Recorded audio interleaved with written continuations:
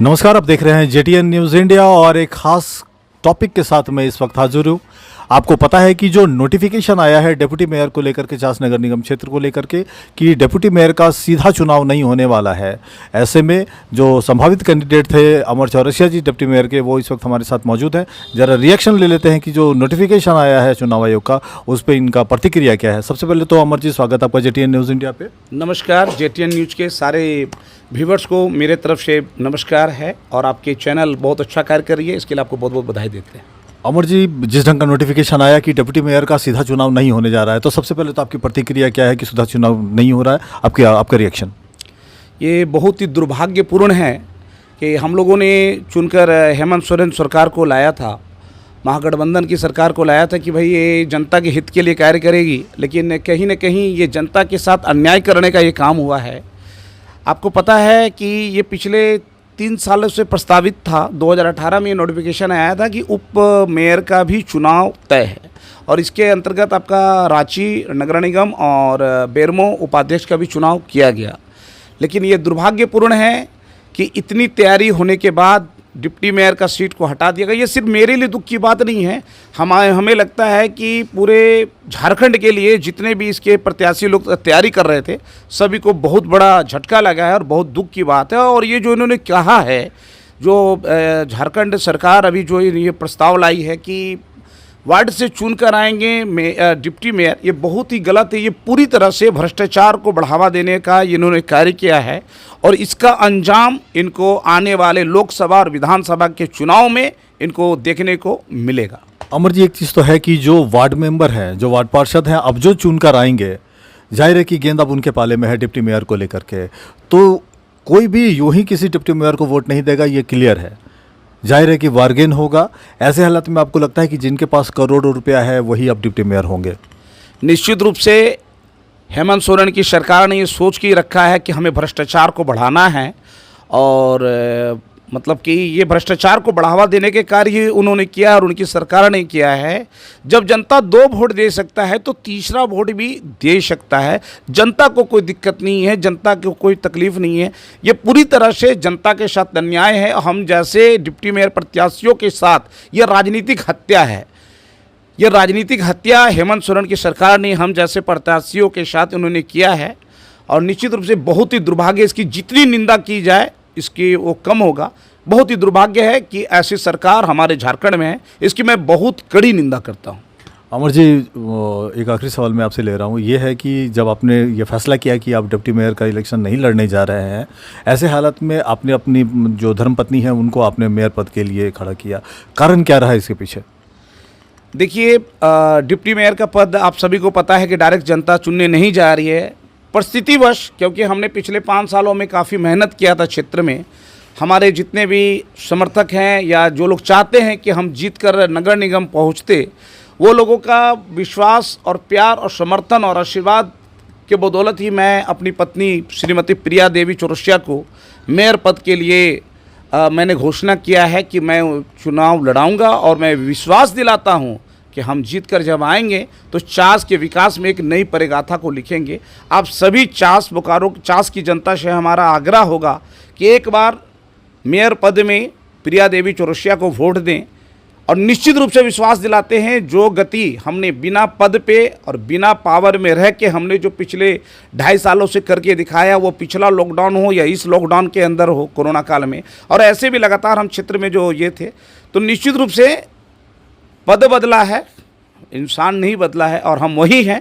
काम करके दिखाएंगे। विश्वास रखिए, आप सबने अपना आशीर्वाद और प्यार हम पर, हमारी पत्नी पर रखें और भारी मतों से विजय बनाएं, विकास की नई परिगाथा लिखेंगे। अमर जी, आपने अपील कर दिया है, आपका बहुत बहुत धन्यवाद जी। और ये थे अमर चौरसिया, बता रहे थे कि मतलब जो डिप्टी मेयर का जो इलेक्शन जो इनडायरेक्ट होने जा रहा है, उनको लेकर के ये थोड़े नाराज़ भी हैं। ऐसे हालात में एक और सवाल भी है कि लोकतंत्र के अंदर इनडायरेक्ट इलेक्शन को लेकर के व्यू पॉइंट क्या है, आखिर जनता का ओपिनियन क्या है। अब थोड़ी देर के बाद हम बात कर लेते हैं। हमारे साथ मेयर पद की उम्मीदवार होंगी प्रिया देवी चौरसिया जी।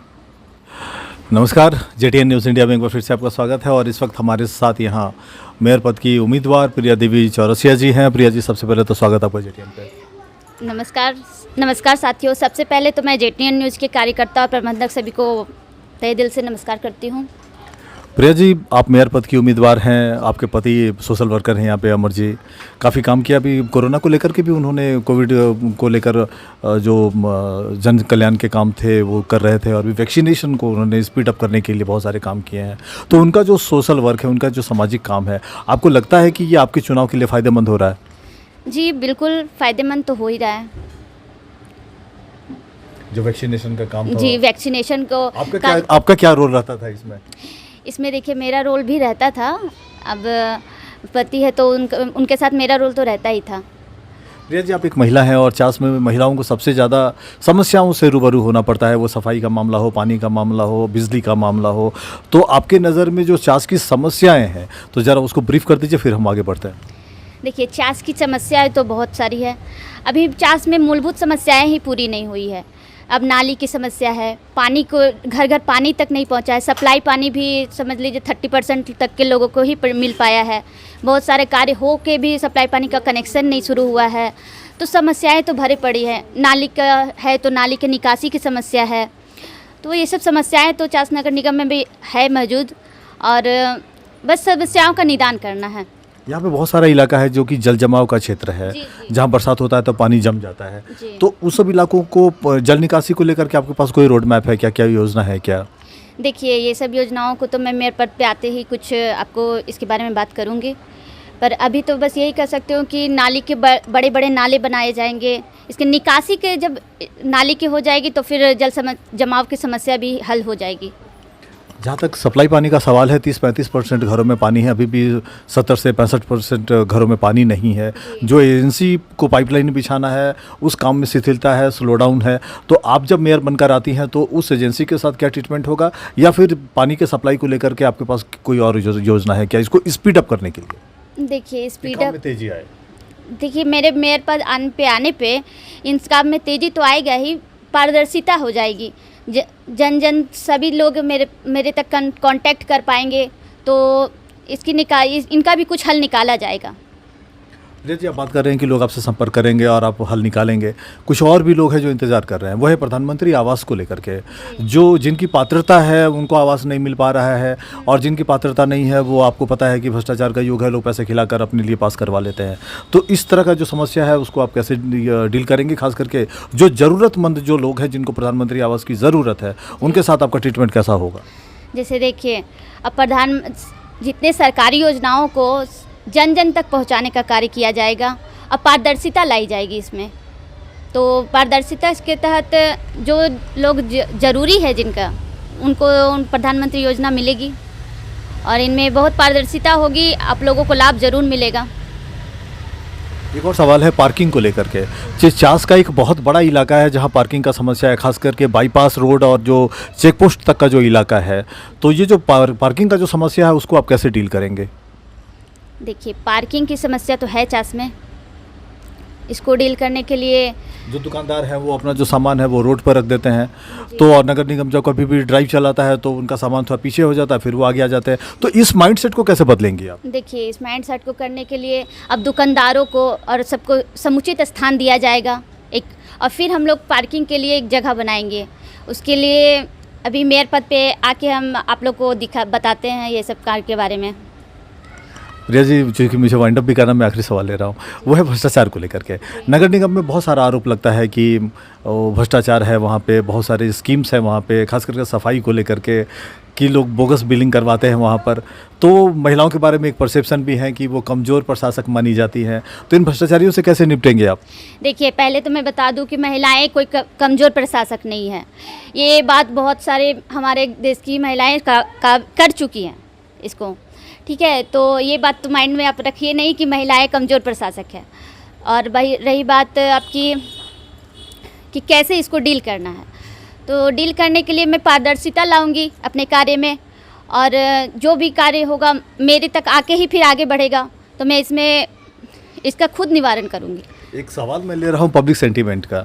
जब से ये घोषणा हुआ है कि नगर निगम का जो चास नगर निगम का जो मेयर पद जो होगा वो महिलाओं के लिए आरक्षित होगा, लोग अब ये मानकर चल रहे हैं कि महिलाओं का जो चेहरा होगा वो सिर्फ होगा कुर्सी पे, जो उनके पति हैं या जो उनके बेटे हैं वो पर्दे के पीछे से मतलब गवर्न करेंगे। तो इस पे आपका क्या कहना है इस आरोप पे? अधिकांश लोग ये पूछ रहे हैं। नहीं, देखिए ऐसा तो नहीं है। महिलाएं भी आगे, महिलाओं को आगे आने का ये एक नया अवसर मिला है और महिलाएं आगे आएगी। महिलाएं अब हमारे देश की देख लीजिए, श्रीमती इंदिरा गांधी हुई, सभी लोग अपना काबिलियत का कर चुकी हैं इसको, ठीक है। तो इस बात को मत सोचिए कि महिलाएं कुछ कम है। महिलाएं अगर घर चला सकती है तो महिलाएं सब कुछ कर सकती है। नारी जाति को एस्टिमेट मत कीजिए। प्रिया जी, आपने वक्त निकाला जेटीएन न्यूज़ इंडिया से बात करने के लिए, बहुत धन्यवाद। धन्यवाद। ये थी प्रिया देवी चौरसिया, चास नगर निगम क्षेत्र की जो मेयर पद की प्रत्याशी हैं। अगली कड़ी में हम एक और प्रत्याशी से आपकी मुलाकात करवाएंगे और तब तक के लिए नमस्कार।